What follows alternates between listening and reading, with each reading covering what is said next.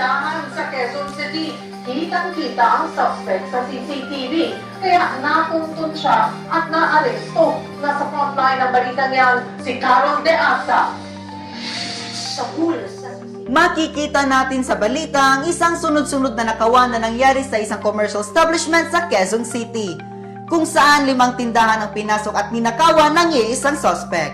May CCTV footage man na nakuha, pero ang tanong, sapat ba ang security system para maiwasan ang ganitong klaseng krimen? Sa unang kuha, sinubukan pa ng suspect na takpan ng CCTV camera, pero sa sumunod na footage, nasa pool pa rin ito habang naghahalugog ng pera sa iba't ibang tindahan at hanggang sa huli, namataan pa rin ito na tumakas sa kayang isang tricycle. Dito natin ma-realize na hindi sapat na basta lang may nakakabit na camera. Ang tunay na security ay nagsisimula sa high-quality equipment, tamang installation, malinaw na camera resolution, secured network setup, at regular maintenance. Maraming negosyo ang natutukso sa mas murang packages. Pero ang tanong, ano nga ba ang pagkakaiba? Sa mga cheaper providers, kadalasan low resolution ang camera, mahinang recorder, walang backup storage, walang cybersecurity protection, at minsan wala pang physical office. Kaya pag nagka-problema, ang hirap hanapin.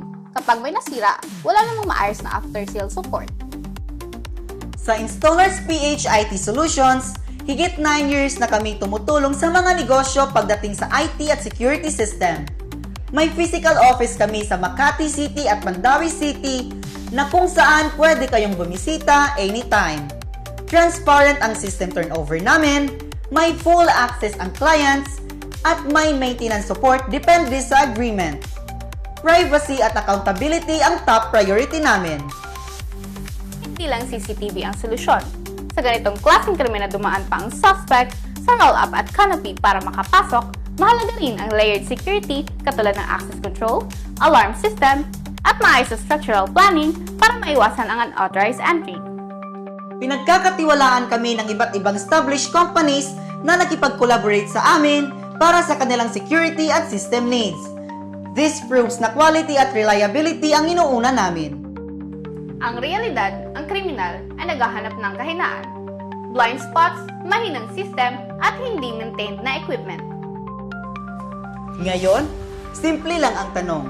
Handa ka bang mag-risk sa murang system para makatipid ngayon?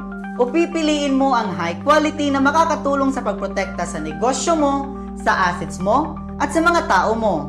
Dahil sa huli, mas mahal ang mawalan kaysa mag-invest sa tamang seguridad. Choose quality And choose reliability.